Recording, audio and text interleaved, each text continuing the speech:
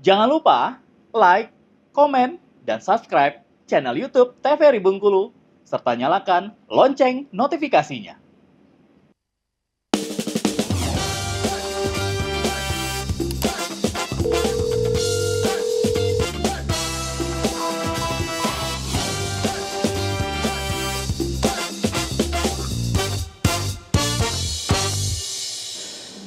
Halo pemirsa, selamat pagi. Senang sekali jumpa kembali bersama saya Khairul Fahmi. Kali ini di Dokter kita TVRI Bengkulu bersama Kita Sehat. Dan di kesempatan kali ini kita akan berbincang mengenai satu tema, yaitu cedera ataupun juga trauma kepala bersama dengan dokter spesialis bedah syaraf. Ada Dokter Yuta Perdana SPBS. Selamat pagi dokter. Selamat pagi. Dan juga ada Dokter Lisda. Selamat pagi dokter. Oke, nah ini kasus yang mungkin lumayan banyak juga terjadi di Bengkulu ya dokter ya, mengenai yang namanya trauma kepala ataupun juga cedera kepala. Itu mungkin diakibatkan dengan pasca kecelakaan ataupun juga lain sebagainya. Nah ini kita akan bahas tentunya bersama dokter Lisda juga, sama dokter Yuta juga untuk hari ini. Boleh kita dengerin slides dulu, mungkin penjelasan apa sih yang dimaksud dengan trauma kepala itu sendiri dokter? Mungkin bisa dijelaskan, silahkan. Baik. Jadi trauma kepala itu adalah suatu bentuk trauma atau cedera di mana terjadi adanya gaya atau force ya yang mengenai kepala, baik dalam bentuk tumpul maupun tajam ya, yang menyebabkan kerusakan pada struktur jaringan soft tissue atau jaringan ikat, lalu struktur tulang, dan bahkan pada kasus atau bidang saya yaitu pada jaringan selaput otak hingga otaknya. Ya itu terjadi karena banyak hal, banyak faktor ya. Bukan hanya kecelakaan saja ya? Bukan hanya kecelakaan saja. Nanti akan kita diskusikan lebih lanjut ya. Boleh mungkin langsung ke slides dokter? Boleh? Ya.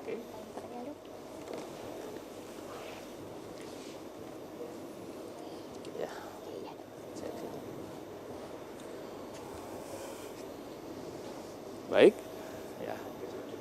Pada kesempatan ini saya akan menerangkan materi tentang trauma kepala atau cedera kepala ya.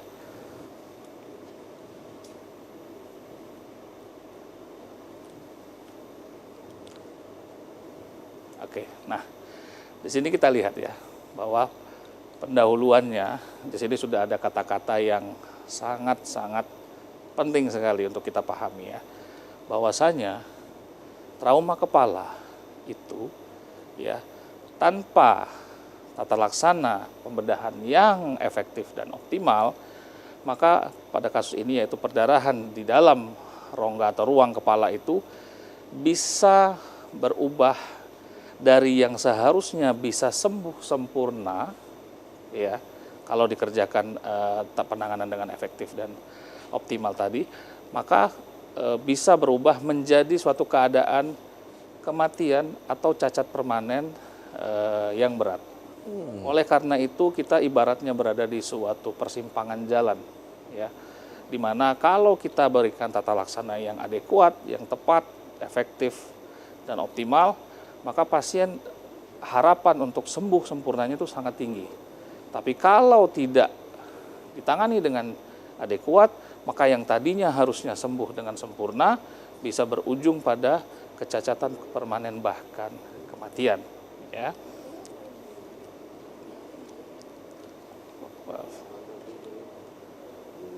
Nah, di sini kita harus paham sedikit. Nah, ini saya sedikit menjelaskan tentang teorinya ya, bahwasanya berkaitan dengan tekanan intrakranial atau tekanan di dalam kepala itu, ya. Itu kita harus tahu ada namanya hukum Monro-Kelly, ya, di mana volume di dalam kepala itu adalah konstan, ya. Nah, kita tahu bahwa ada 3 struktur utama di dalam kepala. Ada struktur otak yang mayoritas sejumlah 84%, kemudian ada struktur darah atau darah yang mengalir di ruang rongga kepala sebanyak 4%, dan CSF atau cerebrospinal fluid atau cairan atau liquor cerebrospinal atau cairan otak, di mana berkontribusi sebanyak 12%. Nah, volume ini akan konstan. Nah, kenapa kita perlu memahami ini? Jadi, ketika ada peningkatan atau penambahan pada salah satu volume dari komponen-komponen ini, maka otak memiliki kemampuan compliance ya. Jadi ada kemampuan untuk menyesuaikan diri, ya, di mana dia akan mengorbankan komponen yang lainnya. Itu yang kita sebut dengan compliance. Sebagai contoh ya, apabila ada volume darah yang meningkat, pada kasus apa? Jelas pada kasus perdarahan ya. Jadi ada penumpukan darah di sini. Maka yang pertama kali akan dikorbankan apa? Maka yang akan dikorbankan adalah cairannya dulu. Buktinya apa? Nah, jadi gini. Kalau kita lihat gambar ini, ya, cairan otak itu kan berada di ruang yang kita sebut ruang ventrikel. Ya. Nah, disinilah cairan otak berada salah satunya ya. Tapi ketika di sini bertambah darahnya, nah ini adalah akibat perdarahan, maka ventrikel ini akan kedorong lalu kegencet. Jadi cairannya akan dikurangi untuk mengakomodir. Jadi itu dari fase compliance ini. Nah, contoh yang kedua misalnya kalau volume otaknya yang bertambah pada kasus apa? Misalnya tumor ya. Maka begitu pula akan dikurangi CSF-nya dulu baru darahnya. Atau misalnya CSF-nya yang meningkat pada kasus apa? Misalnya hidrosefalus. Ya, makanya darahnya akan, nah otak itu selalu menjadi komponen terakhir yang istilahnya dikorbankan dalam arti yang terakhir akan tertekan atau tergencet ya. Nah, sampai pada satu titik mulai compliance-nya menurun ya, sampai akhirnya tidak ada lagi compliance, terjadilah herniasi, terdorong melalui celah-celah yang ada, akhirnya berujung pada kematian. Nah, salah satunya ini kita lihat ini.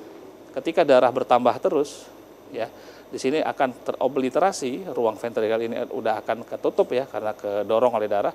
Akhirnya otaknya ikut kedorong, terjadi herniasi ungkal di sini melalui celah tentorium di sini. Akhirnya mendorong batang otak. Barulah terjadi kematian batang otak ya. Nah, tujuan untuk operasi nanti kita jelaskan lebih lanjut yaitu untuk mengurangi tekanan intrakranial ini ya. Oke. Nah, untuk memahami lebih lanjut kita perlu memahami bahwa otak itu untuk bekerja optimal ada yang namanya CPP atau Cerebral Perfusion Pressure atau tekanan perfusi otak untuk menjamin pasokan oksigen adekuat ke sel-sel otak ya. Nah, di mana rumus daripada cerebral perfusion pressure itu adalah mean arterial pressure atau tekanan darah sistol ditambah 2 diastol dibagi 3 yang dikurangi dengan tekanan intrakranial.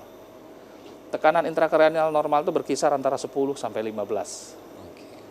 Ya, CPP normal harusnya berkisar di angka 80. Otomatis ya, maka tensi kita itu di MAP-nya harus di angka 90. Ya. Untuk mencapai suatu CPP normal. Ketika terjadi peningkatan intrakranial, contoh tadi ada perdarahan, maka ICP akan meningkat. Maka bagaimana mekanisme autoregulasi yang dilakukan otak? Maka otak atau tubuh kita akan menaikkan tekanan darah.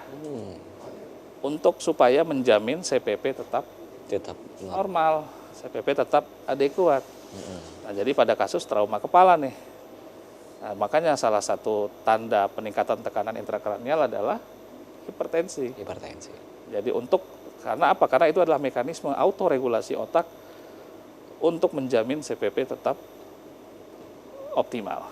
Tapi, nah masalahnya seringnya kan trauma kepala kan tidak berdiri sendiri. Kalau kecelakaan ya kan, seringnya kan multi trauma. Nah, kalau misalnya terjadi ada perdarahan yang terbuka, anggaplah mungkin ada patah tulang atau ada anggota gerak yang putus, terjadi perdarahan aktif yang tidak bisa istilahnya tidak ditangani dengan adekuat, maka terjadi shock kan. Akhirnya tubuh tidak bisa menaikkan tekanan darah sehingga CPP turun. Jadi kalau misalnya kita intervensi operasi untuk menurunkan tekanan di dalam kepala, tapi kalau tensi tidak bisa dinaikkan maka tidak ada gunanya. Ya, nah, nanti saya jelaskan lebih. Oke, baik. Sebelum dilanjutkan dokter, kita mau jeda iklan dulu ya. Boleh. Baik, menarik pemirsa tentunya untuk obrolan kita hari ini tentang trauma ataupun juga cedera kepala. Kita akan kembali setelah jeda berikut. Tetap bersama kami di Dokter Kita TVRI Bengkulu bersama Kata Sehat.